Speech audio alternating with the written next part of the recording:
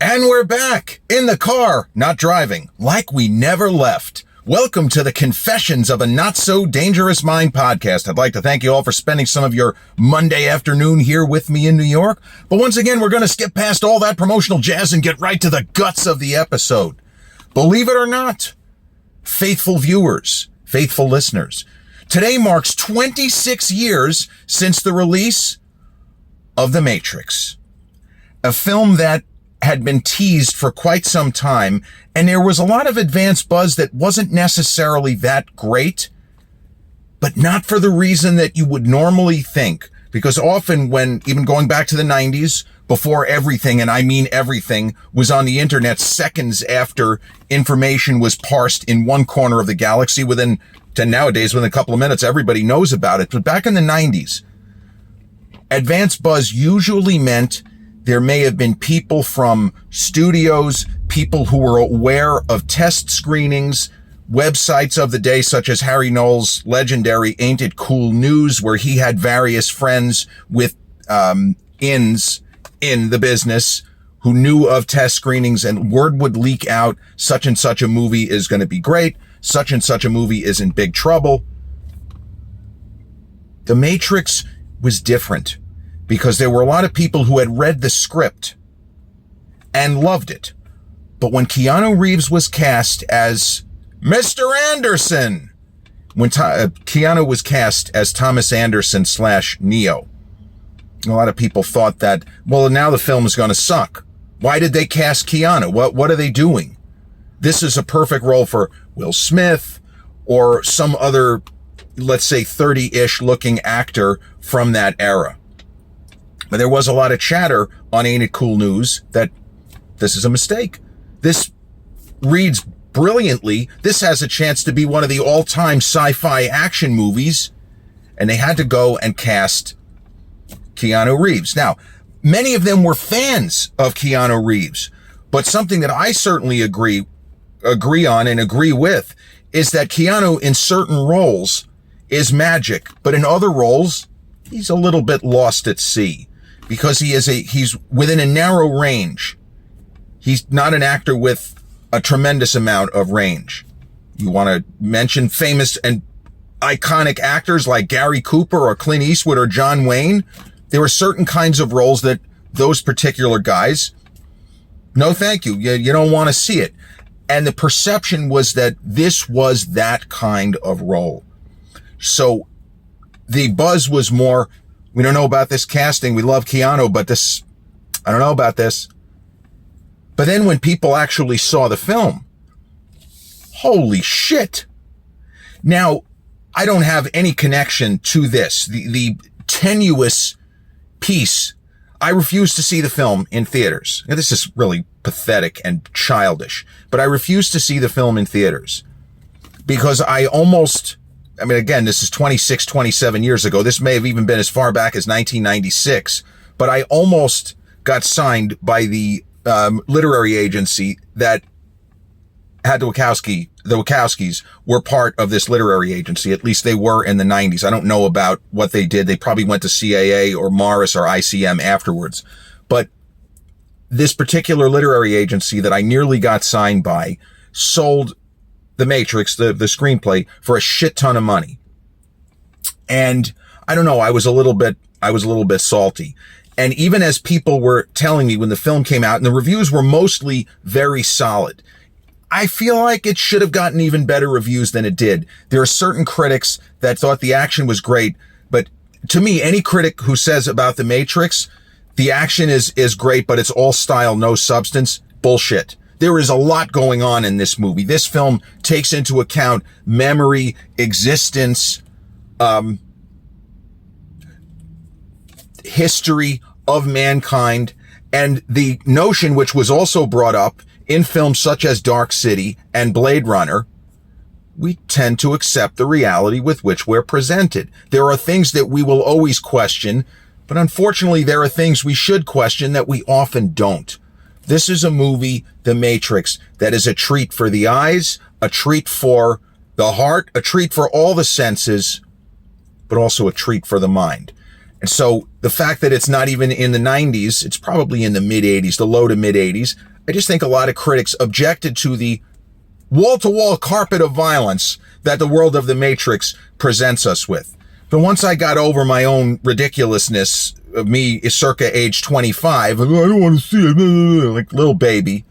When I got around to watching the movie, I was gobsmacked. I was blown away. It works. If you want to just say it's top 10 best science fiction films, no problem. I agree. You want to say top 10 best action films? No problem. It works as both. You can shut your brain off and just enjoy the amazing costumes, the wire work, the effects work, the blend between CGI and practical effects, as a lot of people talk about, which I'm certainly very interested in as a film school graduate, for those who don't know, as somebody who studied special effects at various points and the ways that designers can achieve certain kinds of shots versus other kinds of shots. There is so much in this film. And it was a hit right off the bat. This is not a movie such as Dark City, which many people probably would be surprised to find out came out before The Matrix. And The Matrix, the Wachowskis even got to reuse some of the sets that Alex Proyas and his team put together for Dark City. The problem with Dark City from the commercial perspective is it is more straightforward intellectual sci-fi. The interesting thing, or one of the interesting things with comparing the two films, is from a broad perspective, you could describe both of those movies in a similar way should you so choose. The general descriptions are nothing alike, but the concepts of memory and how can I be sure this is real versus that? Am I in the Matrix? Or as Jeff Goldblum famously said in The Fly, is it live or is it Memorex? Is this real life or is that real life? Should I take the red pill or the blue pill? In Dark City, is my name John Murdoch, or are they just telling me, whoever the they is, are they just telling me my name is John Murdoch? I don't know. Am I married to this woman named Emma? Or is there something implanted in here, similar to Blade Runner? So in the case of Dark City, it was a very difficult film to market. It bombed at the box office. But The Matrix had an incredible marketing scheme. Not really even a scheme. Now, this was the year we had talked about the Blair Witch Project. The website for the Blair Witch Project was already up and running as The Matrix was getting ready to premiere. And there were tons of people who couldn't wait for the Blair Witch Project, which was still 4 months away.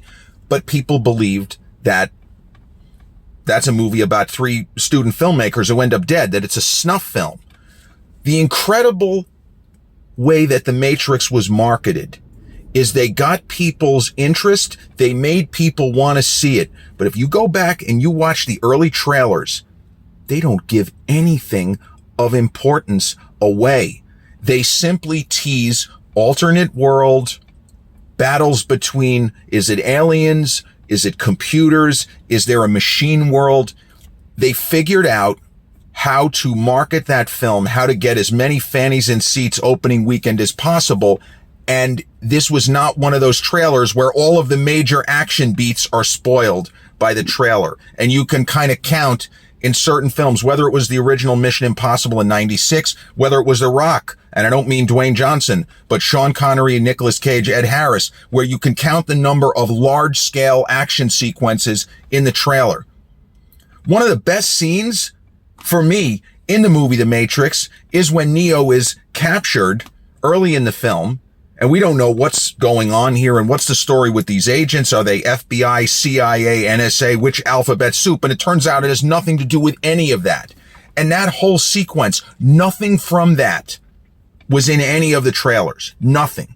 So there were whole chunks of this film which people weren't like, oh, I wonder when this part from the trailer is going to be in the movie, because there's nothing like that.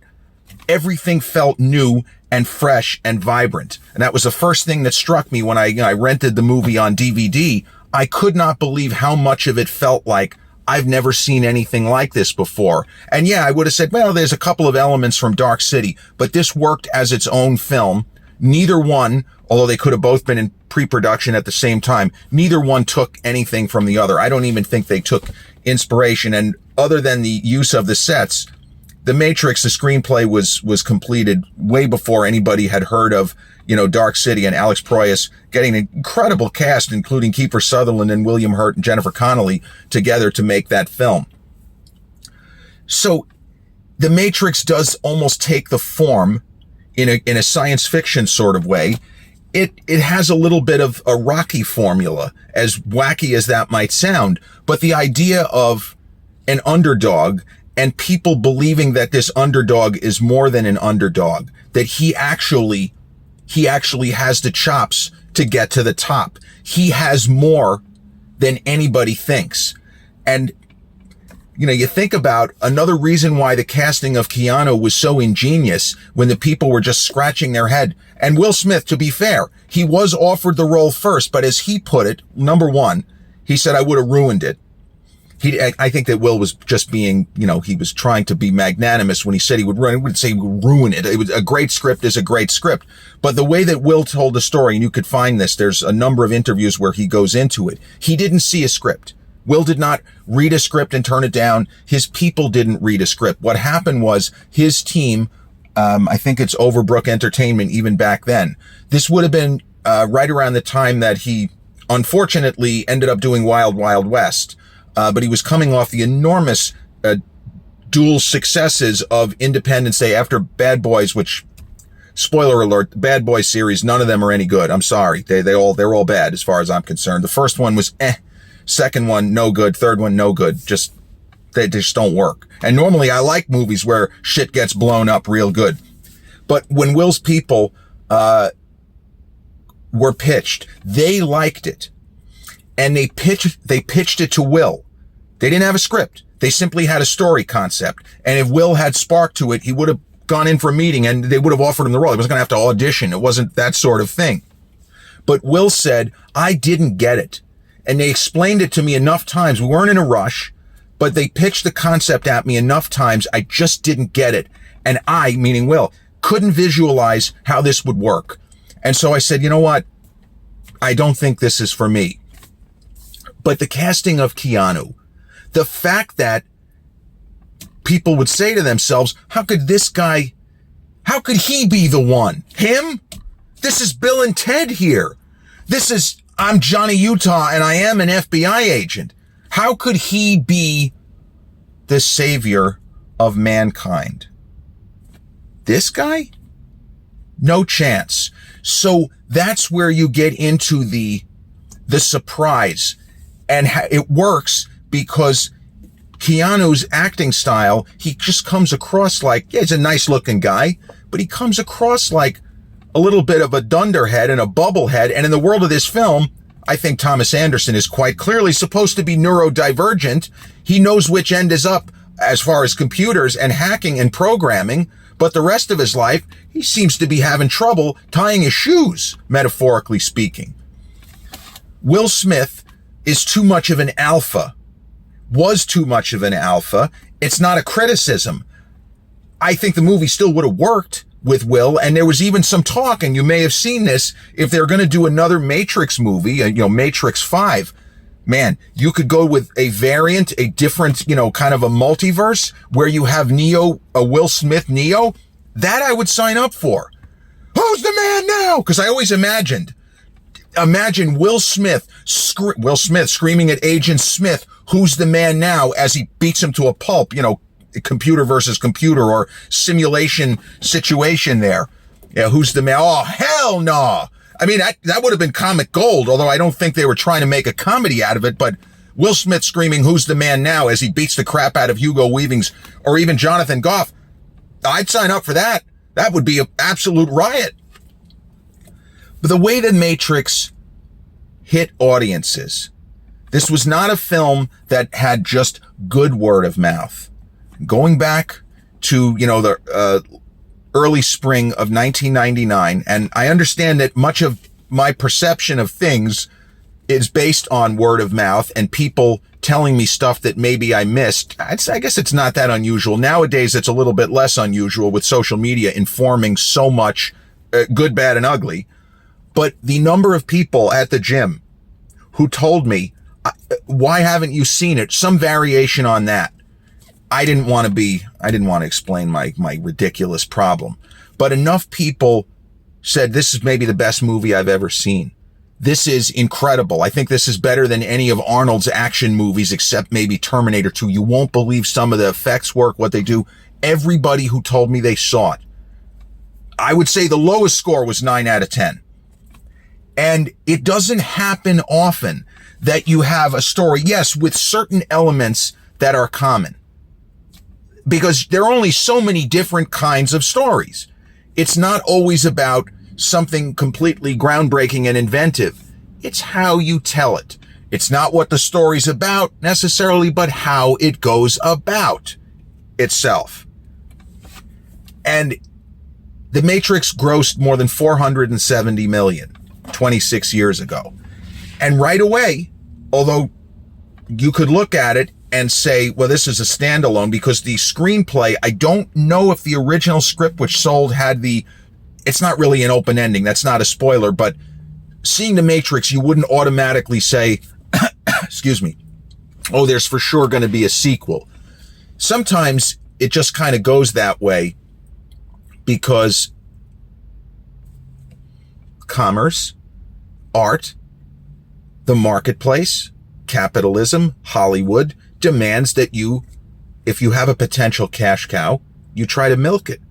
But what I liked about the Wachowskis, what I shouldn't say like, they're still around. What I like about the Wachowskis is, if I'm asked the question, which of the 4 Matrix films is my favorite? It's not the original. My favorite Matrix movie is the sequel, Matrix Reloaded. I think Matrix Reloaded is even better than the first one, because it takes the concept and doesn't simply rehash and repeat what we saw in the first one. Yeah, a lot of the same characters, but the story goes in a way that I certainly didn't expect.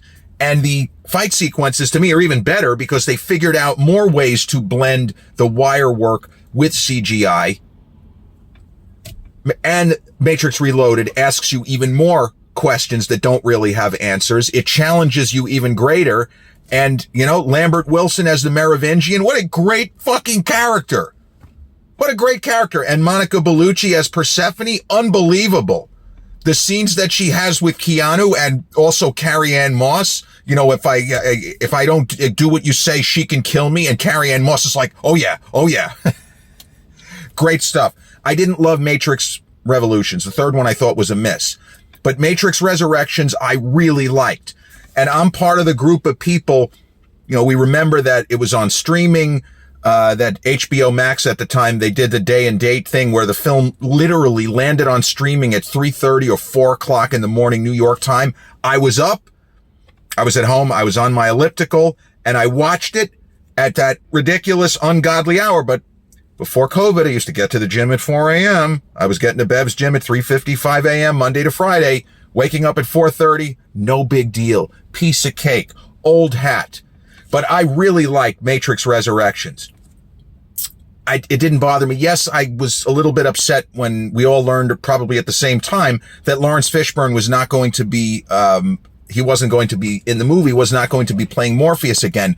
But for the story that the Wachowskis told in Matrix Resurrections, he wasn't, and not that he wasn't needed, but it wouldn't have worked for the concept. And I don't think they created the concept just because, well, we don't want Lawrence Fishburne.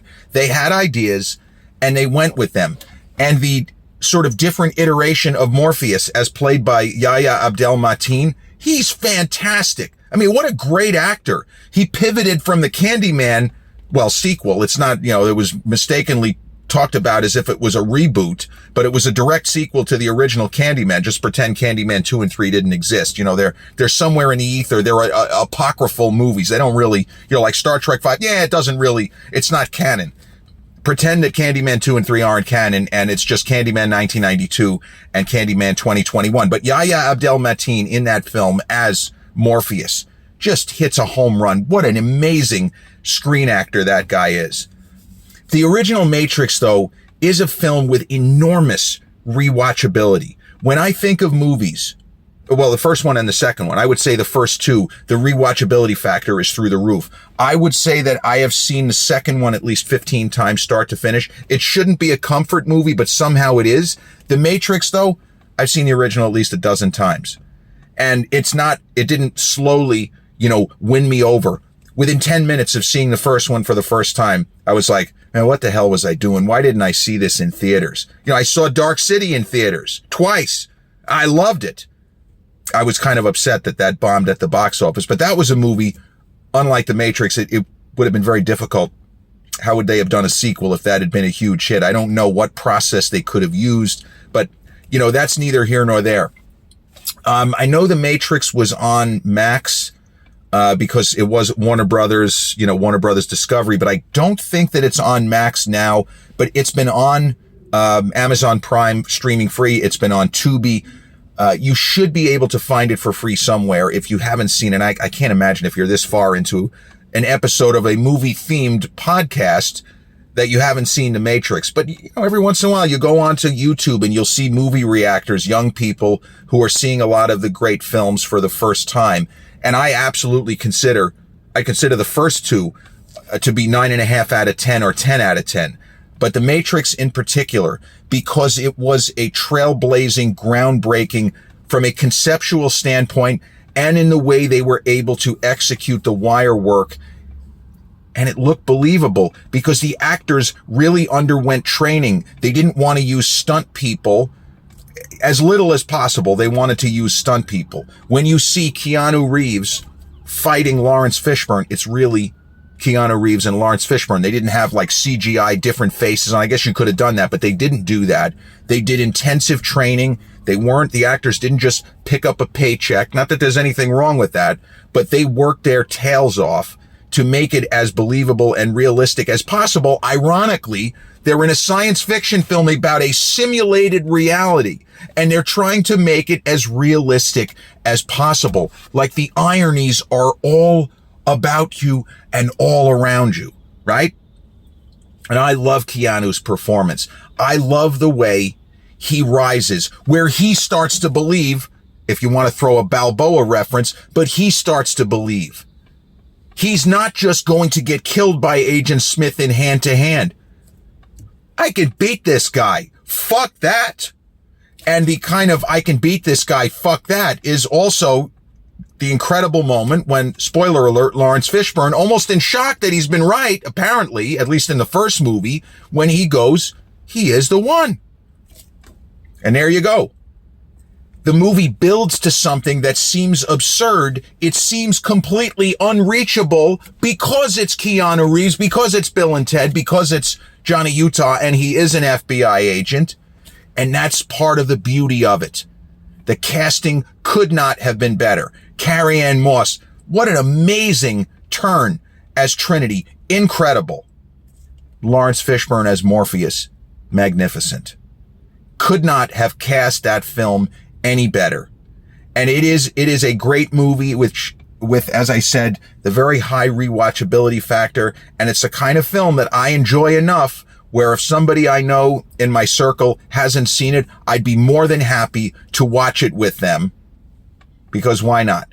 It is the sort of film to share with people that you, in some cases that you love, but people that you consider friends, and you want them to have the same kind of experience of, I don't think I've ever seen a movie like this before. There aren't many of those, and The Matrix 1999 is absolutely one of them.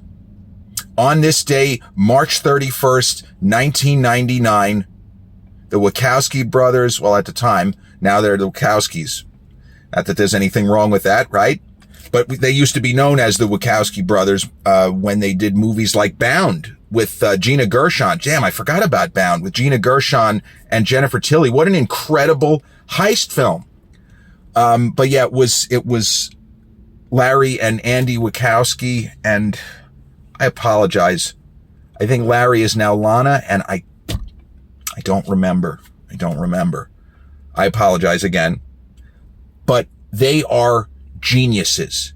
They are great writers and great filmmakers. Even something such as I think it was Cloud Atlas, right? With Tom Hanks. Even that, a very challenging science fiction film, a real mind fuck. They're always looking to push the envelope and move the needle, as they say. The Matrix, released on this day, 1999, directed by the Wachowskis and starring Keanu Reeves, Carrie-Anne Moss, Lawrence Fishburne, and an absolute fire Hugo Weaving as Agent Smith. Mr. Anderson, welcome back. This has been episode 482 of the Confessions of a Not So Dangerous Mind podcast. I'd like to thank you all for spending some of your Monday afternoon here with me in New York. If you check out this episode on the YouTube channel, haven't done so already, please click like, subscribe, comment, share, turn on those notifications. Or if you catch this episode on the audio platforms such as Podbean, Spotify, iTunes, or the others in which we're hosted, same general rule applies. Click like, subscribe, share, and turn on those notifications. I'll be back with a new episode real soon. Until then, peace.